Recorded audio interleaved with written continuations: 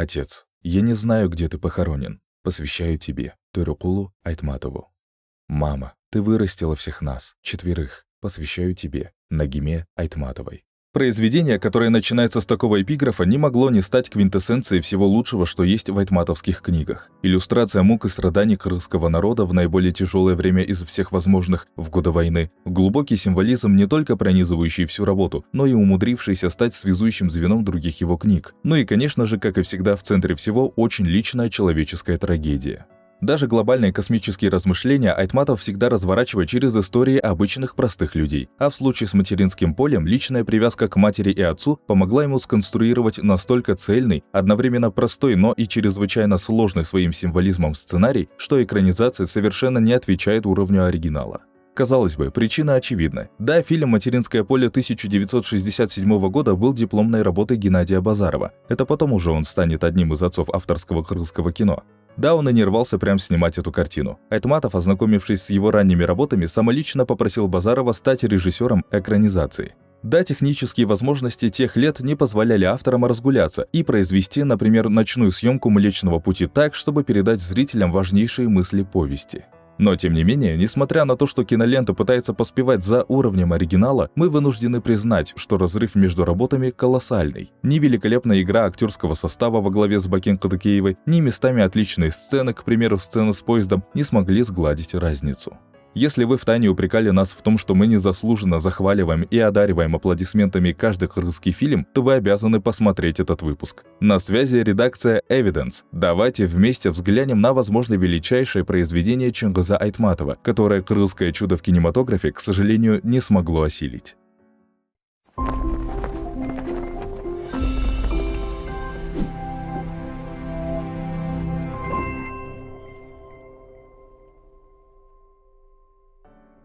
Мы ни в коем случае не хотим, чтобы у вас сложилось негативное мнение о режиссере фильма Геннадии Садыровиче Базарове, ушедшем от нас 2 года назад. Светлая ему память. Это один из основателей крымского чуда, оказавший огромное влияние на наш кинематограф. Проблема величины разрыва между повестью и ее экранизацией здесь кроется не в том, что фильм плохой, а книга слишком хорошая. Поэтому, дабы вы правильно поняли мысль, нам нужно еще раз внимательно пройтись по сюжету книги. Напомним, что в «Материнском поле» повествуется о женщине по имени Толгонай, которая потеряла на войне мужа и всех своих 3 сыновей. Мало ей было этих бед, так еще и невестка Алиман умирает при родах, оставив ей на воспитание неродного внука. Поведать честно, без утаивания, всю свою историю она может только полю, на котором проработала всю жизнь. Таким образом, мы ретроспективно из разговора с полем узнаем историю Толгонай от первого лица, классическая айтматовская структура повествования.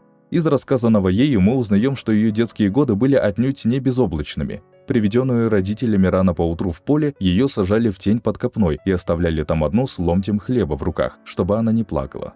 Чуть позже, когда Толгонай подросла, ее задачей стало оберегать посевы от нашествия пернатых и различного скота, а позже ей предстояли годы тяжелой работы в селе. Лет в 17 она встретила на жатве Суванкула, между ними вспыхнула любовь, и они поженились. Оба молодые, работящие, полные надежд и мечтаний, они потихоньку начали строить свою жизнь. Суванкул выучился на тракториста, затем стал бригадиром колхоза.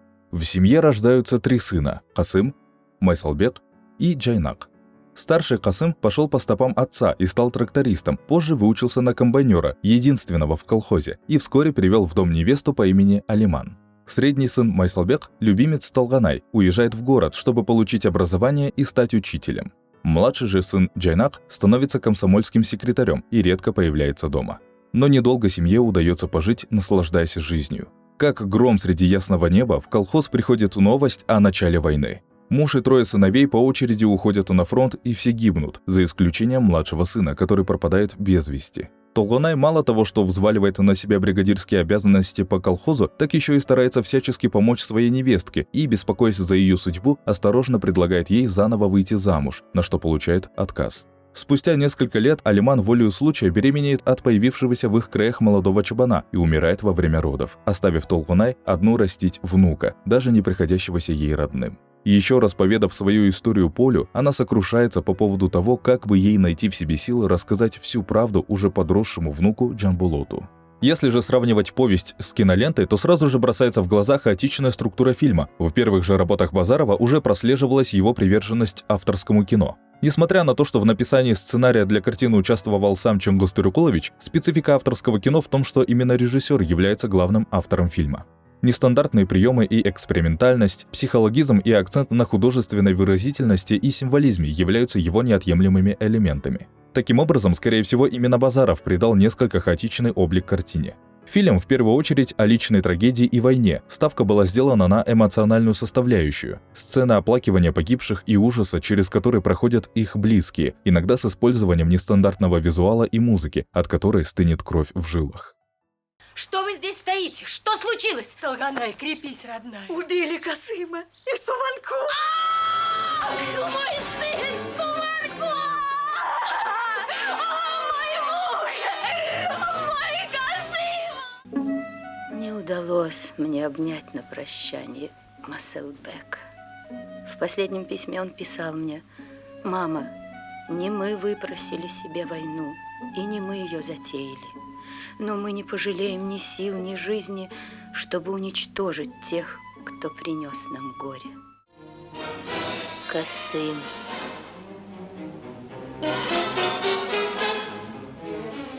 Масселбек. Джайнак.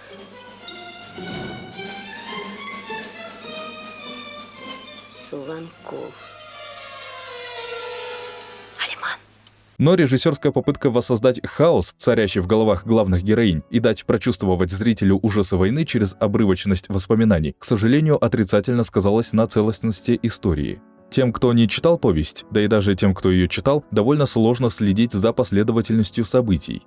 В книге повествование тоже постоянно скачет между событиями прошлого и размышлениями Толгунай в настоящем, но история воспринимается монолитно из-за того, что скелет сценария – это беседы Толгунай с землей. Здесь же Толгунай обращается то к победе, то к матери-земле. Прости меня, победа. А когда я целовала Ашералы, я думала, что встретила Джайнака, Масселбека, Касыма, Суванкула. Прости меня, победа.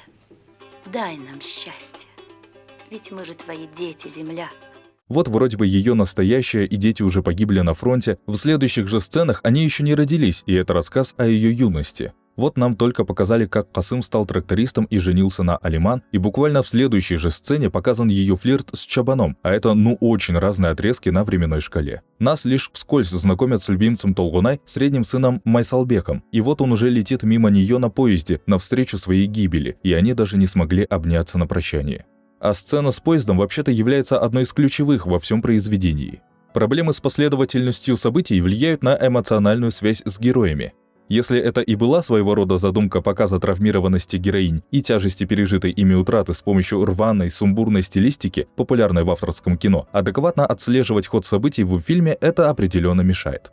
Да, мы понимаем, что подобное решение возможно вызвано и тем, что повесть объемная, персонажей много, а экрана во времени всегда в обрез. Но тем не менее, качественно выстроенная экспозиция в условиях ограниченного хронометража, знакомящая и выгодно подсвечивающая качество героев, что впоследствии вызывает сопереживание им и отличает отличное кино от просто хорошего. Более того, именно в этой работе последовательность особенно важна и отражает природную трансформацию. Для того, чтобы объяснить мысль, нам нужно обратиться к названию. На кыргызском повесть называется не «Материнское поле», а «Саманчынын жолу», что дословно означает «путь соломщика». Но используется в кыргызском языке для обозначения галактики «Млечный путь». В этой белесой полоске, которую можно наблюдать в ночном небе, содержится большой символизм произведения.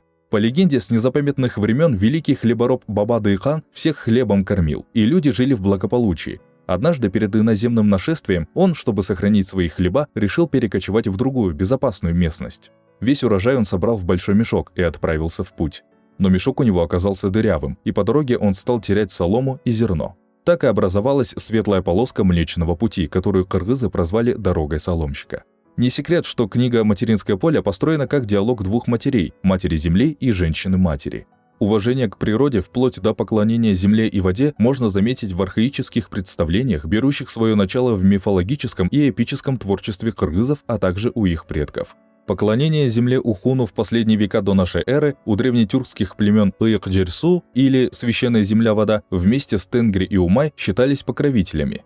Так, образ Земли у древнетюркских племен, в том числе и у кыргызов, хоть и не был антропоморфизирован до уровня геи в греческой мифологии, но признаки очеловечивания в нем все же имелись. Айтматов использует эту архаику не просто для развертывания в повести конкретно исторического повествования о тяжелой судьбе жителей кыргызского аила, но и размышляет о войне как о чем-то фундаментально противоестественном по степени насилия, возмущающем даже саму природу. Благодаря этой аналогии описанные в повести события обретают глобальные масштабы. Великий хлебороб и мать-земля в скорбные моменты жизни главных героев неизменно присутствуют во всех перипетиях их судьбы, освещая их своим неравнодушным участием. Герои книги в принципе частенько разговаривают с природой, одушевляя ее. А солнце только-только всходило, поднималось краем глаза из-за горы. Субанкул отпустил меня, обнял за плечи и вдруг крикнул солнцу: «Эй, солнце, смотри, вот моя жена! Смотри, какая она у меня! Плати мне за смотрины лучами, светом плати!» Но основное значение в повести, конечно, играют Мать-Земля и Млечный Путь. В первую ночь Толгунай и Субанкула они разделяют вместе с ними их счастье. Толгунай воображает Субанкула земным воплощением небесного хлебороба, а также обращается к Матери-Земле, впервые идя с ней на контакт. Во второй раз Толгунай, чье имя в переводе означает «полная луна», размышляет о Соломчике в момент триумфа, когда ей кажется, что она с семьей обрела свое счастье, и им уже ничто не угрожает. Высоко, среди ясных звезд, через весь небосклон, как тогда, широкой серебристой полосой простиралась дорога Соломщика. «Боже мой!» – подивилась я. Разом мне вспомнилась и та первая ночь, и наша любовь, и молодость, и тот могучий хлебороб, о котором я грезила. Значит, все сбылось, все, о чем мы мечтали. Но это лишь иллюзия безопасности. Грядет война, и позже мы встречаемся с этим образом в один из трагических минут, в самый разгар войны, когда дезертиры похищают еле как собранные у бедных людей зерна.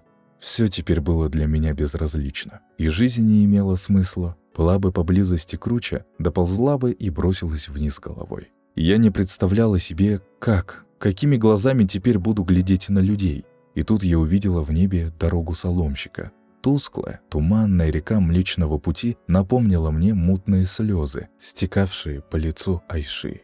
Небо словно плачет, сочувствуя Толгунай в столь горестный час. Человеческая трагедия достигает своего апогея и обретает вселенский резонанс. По ходу чтения повести, словно все пространство произведения пронизано этой аналогией с рассыпавшим колосья по Млечному Пути соломщиком.